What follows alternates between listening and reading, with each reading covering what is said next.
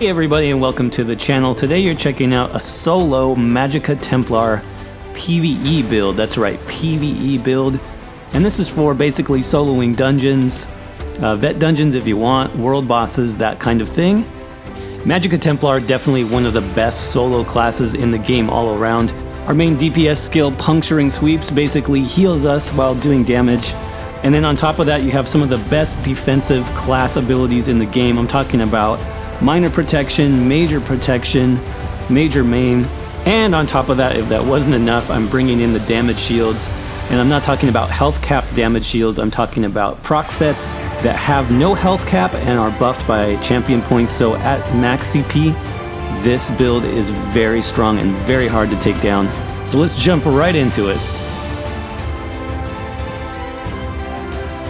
Alright, so let's go ahead and jump into the stats first on the build, but just again, quick disclaimer, this is not a DPS Templar build, this is a solo build for world bosses, vet dungeons, that kind of thing. So the stats will be focused on that primarily.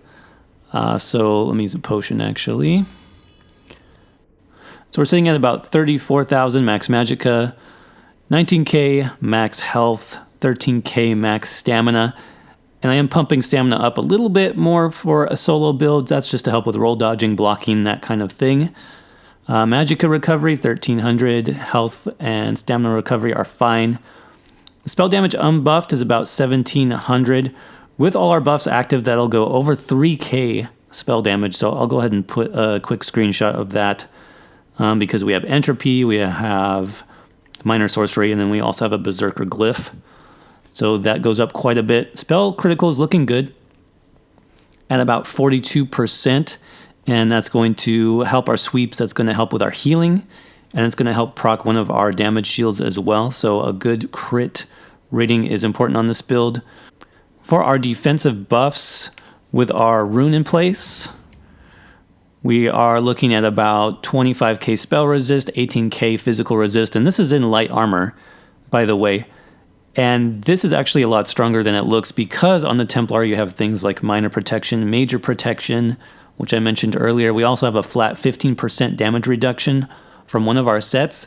So the build feels really, really tanky, even in light armor. I put all my points here into max magicka. I'm using the Lover Mundus Stone just for a little bit of extra damage.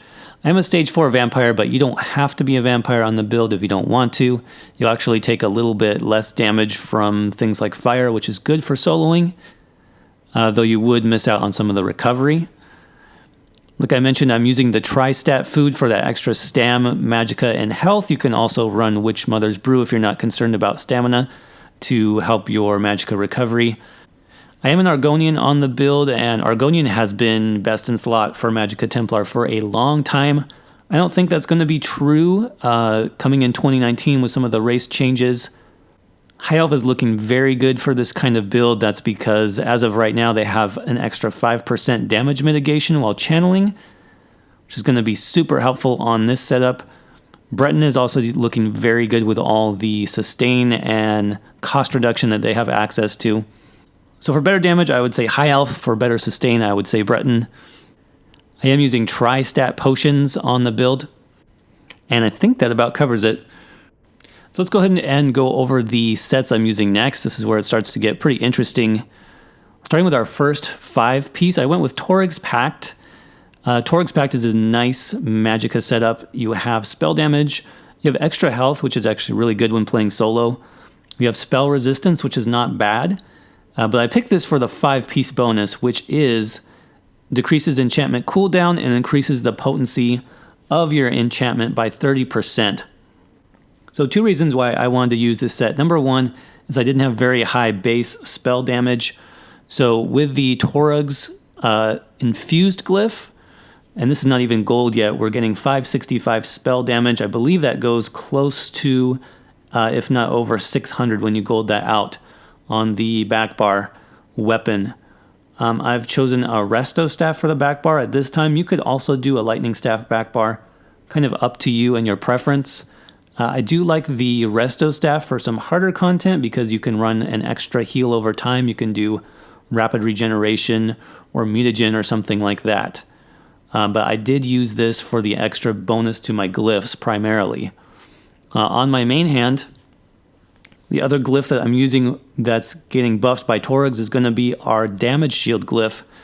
This is over a 6,000 damage shield proc, which is really nice, especially considering the fact that you don't have to do anything to proc this. Just while you have your lightning wall or while you're doing light attacks, you're going to be proccing a 6k damage shield every 5 seconds, which is really helpful for staying alive in some tougher content. So again, I'm using 2 weapons. That's going to take up my first 2 slots. I am using a heavy reinforced chest just for extra resistances. Then I am using a light belt divines and light legs divines. For the next 5-piece set, we are using Cyrodiil's Light, and Cyrodiil's Light is another very nice Magicka set. Not pure DPS, but more focused on survivability, staying alive. You can see the bonuses here. 2-piece spell damage, 3-piece, and 4-piece is max Magicka, which is very good. And then for the 5-piece, while you are casting or channeling, which a Templar is doing for the most part from your sweeps and your execute, so you are doing this a lot. Also heavy attacks, both restoration staff and lightning staff will count for this. But while you are channeling those abilities, your damage taken is reduced by 15%. And if you're interrupted, your next Magicka ability will be free. So I like this set a lot on Magicka Templar since we are doing sweeps the majority of the time to do DPS and to keep our health up. This is giving us an extra flat 15% damage reduction, which on top of all our other buffs, which I mentioned earlier, minor protection, major protection, this is just going to make us super tanky, able to survive almost anything while we're also in light armor. So definitely check out this set on Magicka Templar if you have not already. It's very, very good. You can get this from the Cyrodiil merchant. I believe it's on the AD side, one of those towns over there. So it's really easy to pick up for alliance points, or you can just buy it from guild traders. And what I am using here is hands. Divines would be the best trait if you can get it. I don't have all divines yet. Hands, feet, and then 3 pieces of jewelry. And I have 2 recovery, 1 spell damage, and all arcane as the trait for those. And our last set, which is part of our automatic shield kind of build here, is I'm using Ice Heart. And Ice Heart gives us another procced damage shield going up to almost 10k damage absorbed every 6 seconds. And that has a 20% chance to happen on crit damage. Very, very good for Magicka Templar because we have a lot of damage abilities that are going out, whether it's sweeps, whether it's blazing spear, wall of lightning. Any of those have a chance to crit and to proc this. So you'll have a very high uptime on this damage shield, and you should have 100% uptime on your damage shield glyph. So these combined give us almost a full health damage shield. Like I mentioned in the intro, unlike the light armor skill or Magicka sorcerer damage shields, these are not capped. These don't have a 40% health cap. If it were, this would be much lower. This would be something like a 7k damage shield. But it's not. It can actually scale with champion points, and you can get it close to 10k. So I do very much like this set. It's just helping to absorb some of that extra damage that we are taking and helping us stay alive. All right, so let's move on to the abilities now that are making it work, starting with our front bar. Radiant Glory is an execute ability. This is for the Magicka Templar, another one of those channeling skills. So this will be buffed by Cyrodiil's Light, helping you take 15% less damage. You also get some nice healing back. And obviously the execute damage is pretty strong. You can see almost 500% extra damage. I wouldn't bother with this until, an enemy is below 20% or more health. And it's really only good for boss fights. You're not going to use this for AoE fights at all. But it is nice to have slotted on the front bar. Next up is Blockade of Storms, and this is what I'm using to proc that extra damage shield from our damage shield glyph with the Torgs Pact. And you could choose to run this on the back bar too. It doesn't make a whole lot of difference. But this is just what I'm using right now. So it does a lot of nice AoE damage over time. It's got an 8-second duration. And like I mentioned earlier, this is going to proc that damage shield for us. And as long as you keep this up, you have 100% uptime on that damage shield at the same time. So it's a great skill to have. Next up is Elemental Drain. And this is going to be very important to have on any type of boss fight, whether it's a world boss, vet dungeon, anything like that. It's going to give you a lot of extra damage from that major breach debuff, which reduces their spell resistance. We are in 5 light. I don't know if I mentioned that earlier. 5 light. 511 would be ideal. But even in 5 light, we don't have the best spell penetration on a solo build, so having something like Elemental Drain is going to be very helpful. Also, the sustain is really nice. You get that extra 300 Magicka every 1 second as long as you're doing damage, which you will be pretty much 100% of the time. You're getting that extra 300 Magicka every 1 second. That's equivalent to about 600 Magicka recovery. So definitely consider using this. Next up is our main spammable, which is Puncturing Sweeps. Does a lot of nice both single target and AoE damage. And what we really like about this is it is healing us for 45% of the damage done. So you don't really even need a heal on the build. The way this works is you just spam your DPS and you get your health back. Damage shields will help you absorb a lot of the incoming damage, and sweep should basically take care of the rest. The other nice thing about this ability is it did get buffed recently. I believe it was in the Magplar DLC. We now get minor protection for 3 seconds after activating any of these AEDRIC Spear abilities, including sweeps. So while you are using sweeps, you are getting that 8% damage reduction. You're also getting that 15% damage reduction from Cyrodiil's Light, and it's what helps you stay alive. Next up is Inner Light. This is a very important buff to have on your front bar. It's a passive buff, so you get that passive 5% max Magicka. It'll be 7% if you have your Mages Guild maxed out. And also really important on this setup is you get the Major Prophecy bonus, which is that 10% spell crit. That's going to help our sweeps hit harder. That's going to help proc our Ice Heart damage shield. So definitely want this on your front bar. For the ultimate, I've chosen Solar Disturbance. This is a morph of Nova.